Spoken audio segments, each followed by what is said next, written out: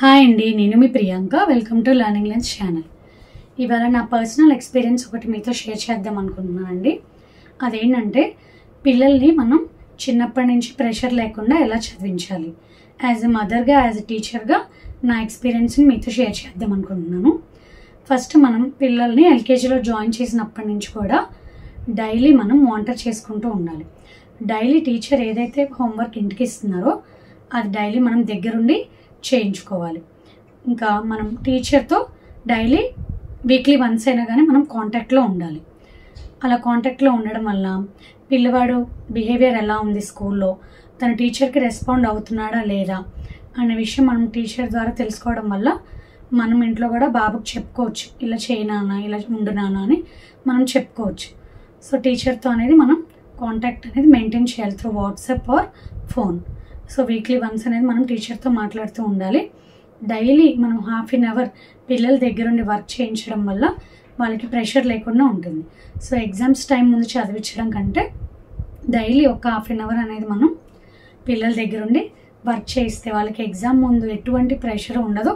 Daily ఎలాగైతే చదువుతున్నారో exam ముందు రోజు కూడా అలాగే చదువుతారు.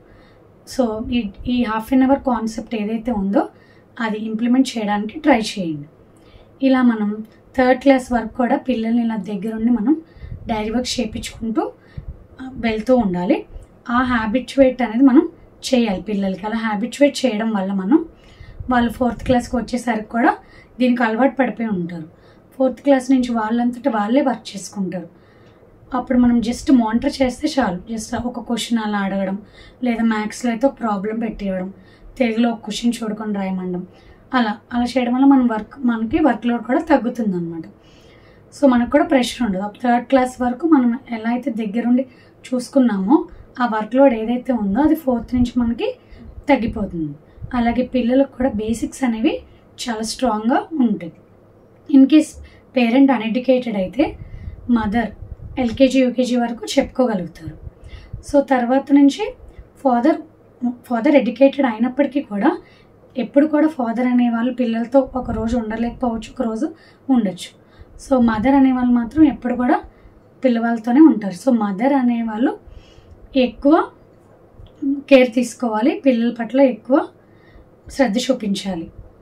సో ఇన్ కేస్ మదర్ అనేవాళ్ళు అన్ఎడ్యుకేటెడ్ అయితే మనం ట్యూషన్ అనేది తీసుకోవచ్చు. సో ట్యూషన్ మనం ఎలా సెలెక్ట్ చేసుకోవాలంటే ఎక్కువ మంది పిల్లలు ఉన్న ట్యూషన్ కాకుండా కొంచెం తక్కువ స్ట్రెంత్ ఉన్న ట్యూషన్ చూస్ చేసుకొని మనం టీచర్తో మాట్లాడుకోవాలి. పిల్లవాడి వర్క్ గురించి మనం ఇలా డైరీ వర్క్స్ గురించి మాట్లాడుకోవాలి. ఇంటికి వచ్చిన తర్వాత కూడా మనం పిల్లల డైరీ వర్క్ అనేది కంప్లీట్ చేశారో లేదో అనేది ఫాదర్ అయినా చెక్ చేసుకోవాలి. దానికి మినిమం 5 మినిట్సే పడుతుంది అలా చెక్ చేయడానికి. సో ఆ 5 మినిట్స్ స్పేర్ చేసి మనం డైరీ వర్క్ అవుతుందా లేదా అనేది చెక్ చేసుకోగలిగితే ఈవెన్ మనం అన్ఎడ్యుకేటెడ్ అయినా కానీ మన పిల్లల్ని సరైన దారిలో చదివించుకోవచ్చు. ట్యూషన్ టీచర్తో కూడా మనం మాట్లాడుకోవాలి. పిల్లవాడు ఎలా రెస్పాండ్ అవుతున్నాడు, స్కూల్లో జరిగిన విషయాలు ఏమైనా చెప్తున్నాడా, స్కూల్లో మిస్ చెప్పినవి ఏమన్నా తను చెప్పగలుగుతున్నాడా అనేవి కనుక్కొని మనం క్లాస్ టీచర్తో కూడా మాట్లాడాలి. క్లాస్ టీచర్ చెప్పినవి కూడా మనం ట్యూషన్ టీచర్తో షేర్ చేయాలి. ఇలా వీళ్ళిద్దరితో కూడా మనం కోఆర్డినేట్ చేసుకుంటూ ఉండాలి. ఇప్పటివరకు మనం ఎల్కేజీ నుంచి పిల్లల్ని ప్రెషర్ లేకుండా ఎలా చదివించాలనేది ఈ వీడియోలో చెప్పుకున్నాము.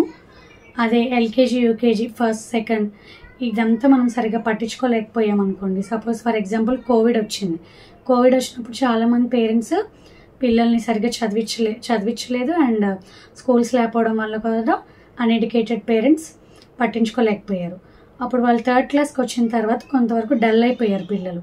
అప్పుడు అలాంటి పిల్లల్ని ఎలా పికప్ చేయాలి, మనం ఎలా పికప్ చేయాలంటే మనం డైలీ మదర్ ఆర్ ఫాదర్ ఎవరు ఎడ్యుకేటెడ్ అయితే వాళ్ళు ఆ పిల్లలతో 2 hours స్పెండ్ చేసి వాళ్ళకి బేసిక్స్తో పాటు ఆ సిలబస్ని కూడా కొద్దిగా చెప్పాలి. అది మనం మార్నింగ్ టైంలో చేపిస్తే ఈవినింగ్ ఒక 1.5 hours చదివినా మార్నింగ్ కూడా ఇంకొక 1.5 hours వాళ్ళని చదివించాలి. మార్నింగ్ టైంలో చదివించడం వల్ల బ్రెయిన్ అనేది పిల్లలు కొంచెం షార్ప్గా ఉంటుంది, తొందరగా బ్రెయిన్లోకి మనం చెప్పేది కూడా వాళ్ళకి అర్థమవుతుంది. కాబట్టి మార్నింగ్ టైంలో మనం వాళ్ళతో చదివించుకోవాలి.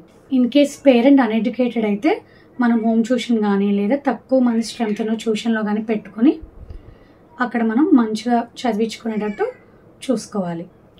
ఇలా 4th క్లాస్కి వచ్చేంత వరకు కూడా మనం వాళ్ళని దగ్గరుండి చదివించినట్లయితే 4th 5th వచ్చేసరికి వాళ్ళంతటా వాళ్ళే డైరీ వర్క్స్ చేసుకోవడానికి హ్యాబిచువేట్ అయిపోయి ఉంటారు. అప్పుడు మనకు కూడా వర్క్ తగ్గుతుంది. అండ్ జస్ట్ మనం వాళ్ళు ఎలా చదువుతున్నారు అనేది మానిటర్ చేసుకుంటే సరిపోతుంది. సో ఇలా మనం మానిటర్ చేసుకుంటూ వెళ్తూ ఉండాలి. 6th క్లాస్ నుంచి ఆ ½ an hourని 1 hour లేదా 1.5 hourకి ఇంక్రీజ్ చేసుకుని మనం వాళ్ళని మానిటర్ చేస్తూ ఉండాలి. ఇన్ కేస్ టీచర్ ఏదైనా టాపిక్ చెప్పకపోయినా మనం ఇంట్లో దాన్ని మళ్ళీ పిల్లలకి ఎక్స్ప్లెయిన్ చేసుకోవాలి. అలా చేసుకోవడం వల్ల బేసిక్స్ అనేవి పిల్లలకి స్ట్రాంగ్ అవుతాయి. రేపు 10th అయిపోయి వాళ్ళు ఇంటర్మీడియట్కి వెళ్ళిన తర్వాత అలా బేసిక్ స్ట్రాంగ్గా ఉంటే వాళ్ళు ఏదైనా ఐఐటి క్రాక్ చేయాలన్నా, ఎంబీబీఎస్ సీట్ అయినా ఏదైనా కానీ వాళ్ళకి ఈజీగా వస్తుంది. సో మనకి ఏ కాంపిటేటివ్ ఎగ్జామ్స్కి వెళ్ళినా మనకి బేసిక్స్ అనేవి మనకి ఫస్ట్ క్లాస్ నుంచి 10th క్లాస్ వరకు ఏదైతే సిలబస్ ఉంటుందో అదే బేసిక్స్ మనకి కాంపిటేటివ్ ఎగ్జామ్స్లో ఇస్తారు. కాబట్టి మనకి చిన్నప్పటి నుంచి బేసిక్స్ అనేవి స్ట్రాంగ్గా ఉంటే అప్పుడు మనకి అంత హార్డ్ వర్క్ చేయకుండా ఈజీగా మనం మన గోల్ని రీచ్ అవ్వగలుగుతాం. సో ఈ ½ an hour కాన్సెప్ట్ ఏదైతే ఉందో అది నేను పర్సనల్గా ఇంప్లిమెంట్ చేసి ఎక్స్పీరియన్స్ అయ్యి చెప్తున్నానండి. సో మీరు కూడా ట్రై చేయండి. నేను ఇచ్చినటువంటి టిప్స్ సజెషన్స్ మీకు హెల్ప్ అవుతున్నాయి అనుకుంటున్నాను. ఇంప్లిమెంట్ చేసి మీకు వర్కౌట్ అయితే నాకు కామెంట్ చేయండి. Thank you for watching.